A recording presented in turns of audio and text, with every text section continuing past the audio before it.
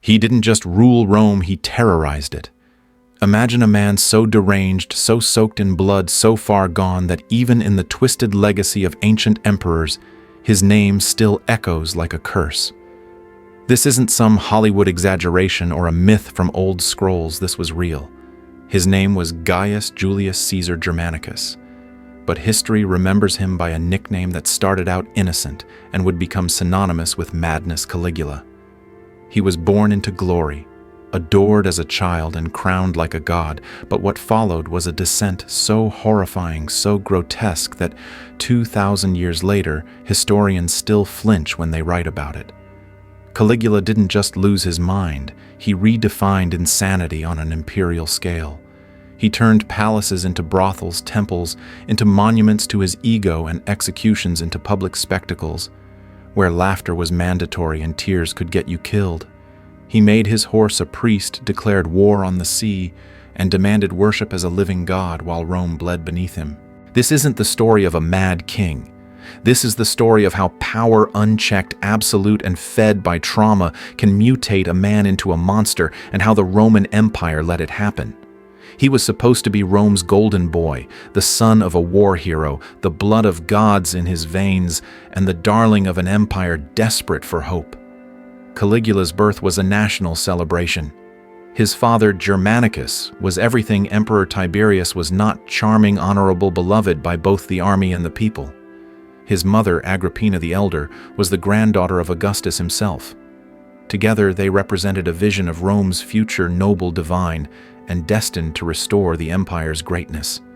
And in the middle of it all was their little boy prancing through military camps on the Rhine in tiny soldiers' boots. The legions adored him. They nicknamed him Caligula Little Boots, a term of affection that would one day become laced with horror. But behind that adorable image was a world beginning to rot. As Caligula giggled under fluttering standards, the empire was bleeding from the inside. Augustus, the founder of Rome's golden age, was aging and desperate. His heirs kept dying mysteriously, and so he made a last-ditch decision: adopt Tiberius, a man he despised. Cold, paranoid, and joyless, Tiberius became emperor not out of vision, but necessity. He was a shadow in human form. And when Germanicus died suddenly during a military campaign in Syria, Rome erupted with suspicion. Agrippina screamed murder, the people cried betrayal. And Tiberius, he crushed them. He exiled Agrippina to a desolate island, starved one son to death, drove another to suicide, and erased their names from every marble surface in Rome. Only one child was left alive: Caligula. At just 7 years old, he wasn't spared, he was preserved. The last surviving ember of a once glorious bloodline, raised not in safety, but under the glare of political exile and imperial fear. His childhood didn't end with adolescence, it ended in blood. By the time Caligula was summoned to the imperial palace, he wasn't a wide-eyed prince. He was a survivor of trauma wrapped in silk, a boy who had learned that in Rome, love was dangerous, legacy was fatal, and the only path to survival was silence. From golden child to orphaned pawn, he learned early that the throne wasn't a gift, it was a curse soaked in betrayal. And this wasn't the end of his suffering, it was just the beginning. The invitation came like a summons from the underworld. In 31 AD, a 19-year-old Caligula, fresh from years of quiet exile, was called to join Emperor Tiberius on the island of Capri. On paper, it sounded like reconciliation. In reality, it was a descent into hell. Capri wasn't a paradise, it was a palace of perversion. Tiberius had abandoned Rome years earlier, retreating to this isolated island fortress where no law reached and no witness survived. Behind its marble columns, the emperor reigned like a decaying god, paranoid, monstrous, and bored. Whispers swirled through the empire, children defiled and hurled from cliffs, orgies staged like theater, and tortures so depraved that Roman senators wept in private but clapped in public. This was where Caligula was sent not as a guest, but as an experiment. Tiberius wanted to see what the last son of Germanicus was made of, and Caligula played his part with terrifying precision. He said nothing. He watched everything. The same boy who had once giggled in a soldier's boots now moved like a shadow through a palace of nightmares, never speaking out of turn, never showing fear. While Tiberius's inner circle tried to provoke him, mock him, break him, Caligula endured, not through obedience, but through adaptation. Slowly he became one of them. He didn't just witness the depravity, he absorbed it. He learned that in the world of power, silence was armor and cruelty was currency. Tiberius began to trust him, even like him. Maybe he saw something of himself in the young man, a survivor molded by grief, sharpened by fear. But he also saw the danger. "I am nursing a viper for the Roman people," Tiberius once muttered. He was right. By allowing Caligula to live, to witness, to internalize that world of darkness, he wasn't just raising an heir, he was building a monster. And when Tiberius died, whether by natural causes or a pillow pressed against his face, the boy who had entered Capri as a political orphan emerged reborn. No longer just the child of Germanicus, no longer just little Boots. He was the storm Rome had created, and now it was coming home. When Caligula returned to Rome in 37 AD, it was as if the gods themselves had sent a gift. The city, exhausted from years under the cold grip of Tiberius, exploded in celebration. Here was the son of Germanicus, the golden boy of Rome's lost glory, stepping into power with the blood of heroes and the smile of salvation. Petals rained from rooftops. Veterans wept, women prayed, even hardened legionaries shouted his name like a hymn. He wasn't seen as a ruler. He was a resurrection, the living embodiment of everything Rome had once been and desperately wanted again. For the first time in decades, the air didn't taste like fear, it tasted like hope. And Caligula knew how to play the part. He opened the prisons, ended the hated treason trials, and restored property that had been stolen by Tiberius's paranoid regime. He honored his family, elevated his sisters, and welcomed the Senate with warmth and charm. He slashed taxes. He paid bonuses to the soldiers. He funded massive public games with gladiators, chariot races, and wild beasts, bread and spectacle, yes, but delivered with joy rather than menace. For a moment, Rome was drunk not on wine, but on relief. The nightmare was over. A new golden age had begun. People didn't just support him, they worshipped him. Busts of his face were sold like sacred relics. Children were named after him. In those first few months, Caligula was everything an emperor should be: generous, brilliant, radiant. He made the empire feel alive again. And that's what makes what came next so disturbing. Because monsters who rule with cruelty from the beginning are easy to hate. But the ones who start with light, those are the ones that break your soul when they turn. The shift began quietly.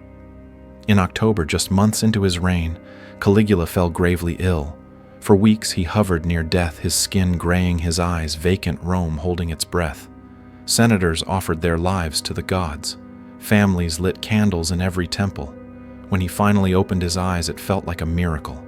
But not everything that returns from the brink of death comes back the same. Sometimes it drags something else with it, something darker, something ancient.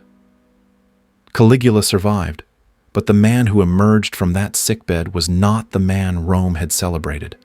He was something else entirely, and Rome had no idea what was coming. What rose from that sickbed in late 37 AD was not the same man Rome had adored. Something had shifted silently, irrevocably. The Caligula who once smiled with boyish warmth now looked out through glassy eyes that seemed to see beyond people, beyond Rome, beyond reality itself. Some said it was the fever. Others whispered possession. But one thing was clear: the emperor had changed, and so would the empire. The transformation began not with violence, but with a smile, cold, rehearsed, predatory. Caligula summoned the very senators who had prayed for his recovery and asked gently, "You said you would die for me. So why haven't you?" Days later, the executions started. At first they seemed political. Then they became personal. Then they became theatrical.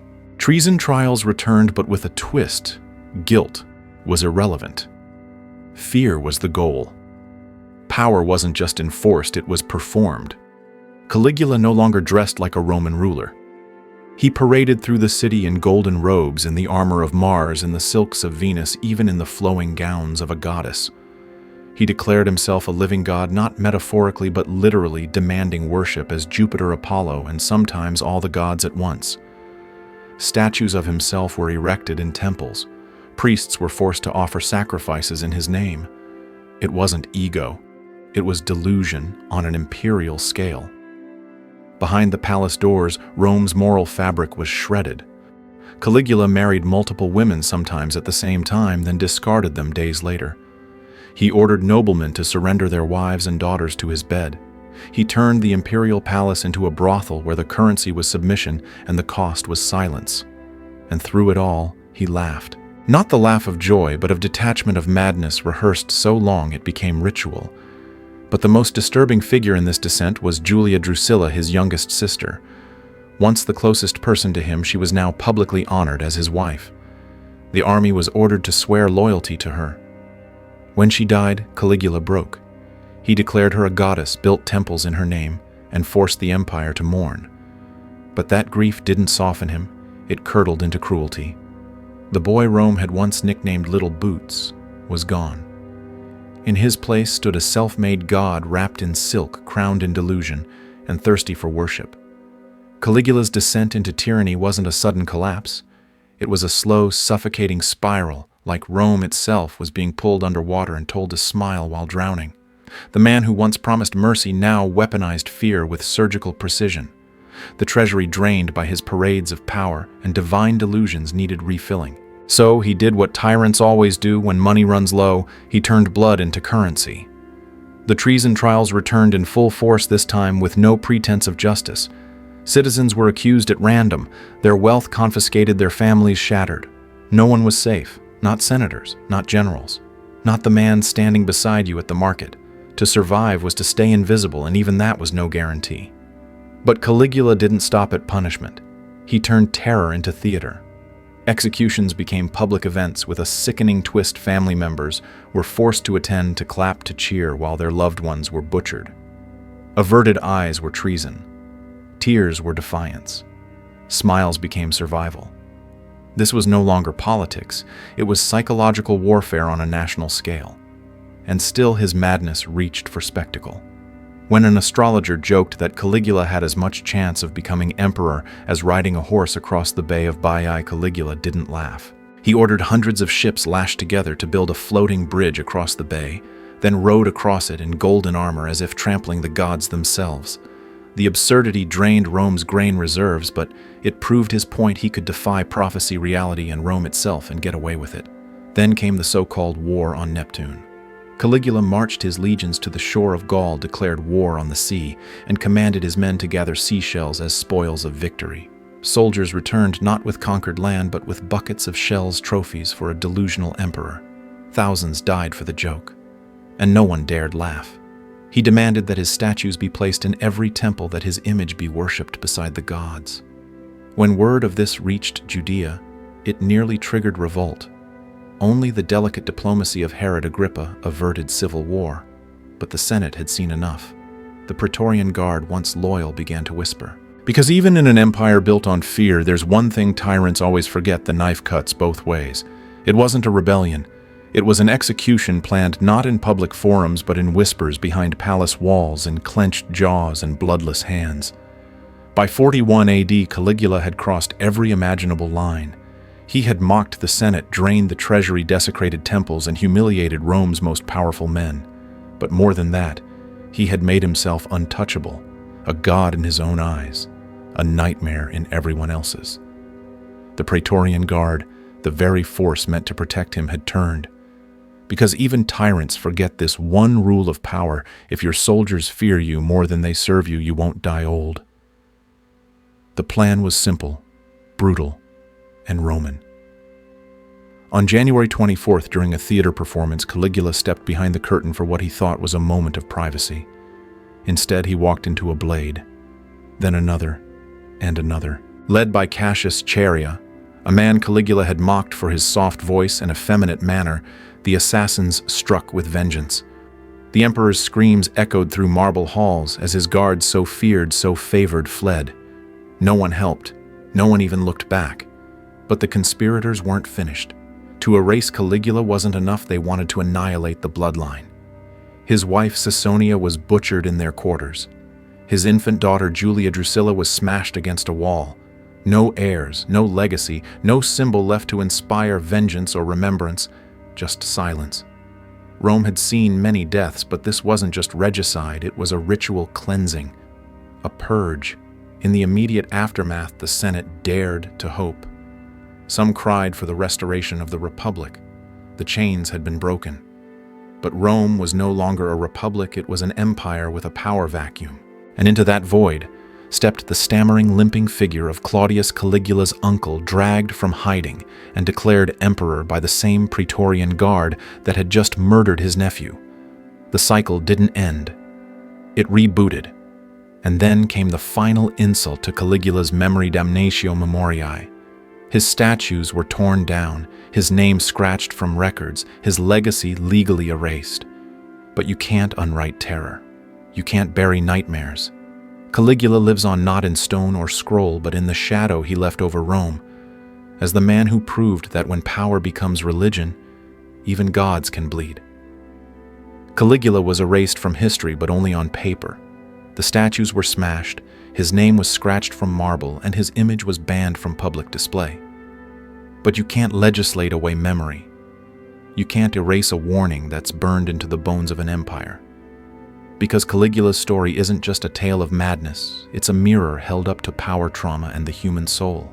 We remember him not because we admire him, but because we fear what he reveals, that evil doesn't always begin with intention. Sometimes it begins with pain. He didn't set out to become a monster. He was a child born into glory, then orphaned by politics and swallowed by violence. Rome didn't just crown him, they shaped him. They isolated him, corrupted him, applauded his trauma, then acted surprised when he turned that trauma back on them. In many ways, Caligula was a product, not a fluke. And that's the most terrifying part, because it forces us to ask how many leaders are made this way. How often do we ignore the roots, then recoil at the fruit? Caligula's reign teaches a brutal truth that still echoes in every capital today. Absolute power doesn't just corrupt, it mutates. It warps the soul until cruelty becomes policy and ego becomes law. When no one can say no, when every voice is silenced and every whim is worshipped, power stops being leadership, it becomes theater, and the citizens become its audience and its victims. But there's a deeper lesson here, one we often overlook. Caligula didn't fall because he was evil. He fell because he went unchallenged. Because fear kept good people silent and silence allowed madness to rule. And that's where the story becomes relevant not just to ancient Rome, but to modern life. In politics, in business, even in families, we all know what happens when one voice dominates the room and everyone else just nods. So maybe the lesson isn't just about emperors and marble halls. Maybe it's about the cost of inaction, about the danger of ignoring red flags because it's easier to stay quiet, because the next Caligula won't rise in a toga. He'll rise in a suit or behind a screen or in your workplace. And if we don't speak, if we don't resist, if we don't remember, he wins again. If this story made you think twice about power trauma or how history repeats itself, don't let the conversation end here. Drop a comment and tell us, do you think Caligula was born a monster or made into one? Save this video to revisit the full story. And if you love dark, powerful history that hits deeper than textbooks ever could, hit subscribe. We've got more untold truths, forgotten emperors, and chilling lessons coming your way. Your voice matters. Your curiosity fuels this channel.